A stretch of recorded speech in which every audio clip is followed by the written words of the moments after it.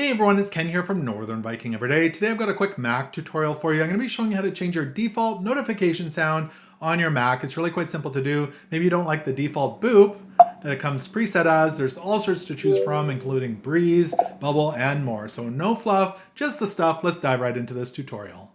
Alright, so over on my Mac desktop, we do need to open up our system settings to change our default notification sound. So at the bottom here, you'll see the little gear icon. It says system settings. You can left click on that and open it up.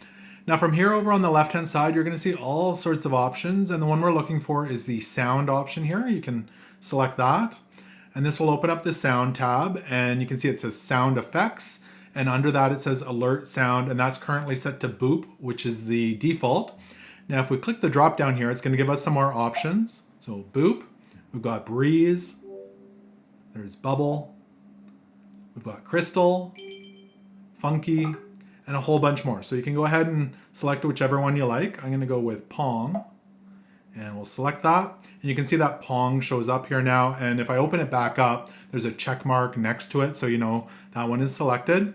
And really, it's that easy to change your alert sound or your default notification sound here on your Mac. So I hope this quick tutorial helped you out. If it did, make sure to give it a thumbs up and hit that subscribe button. Thank you so much for watching, and until next time, take care.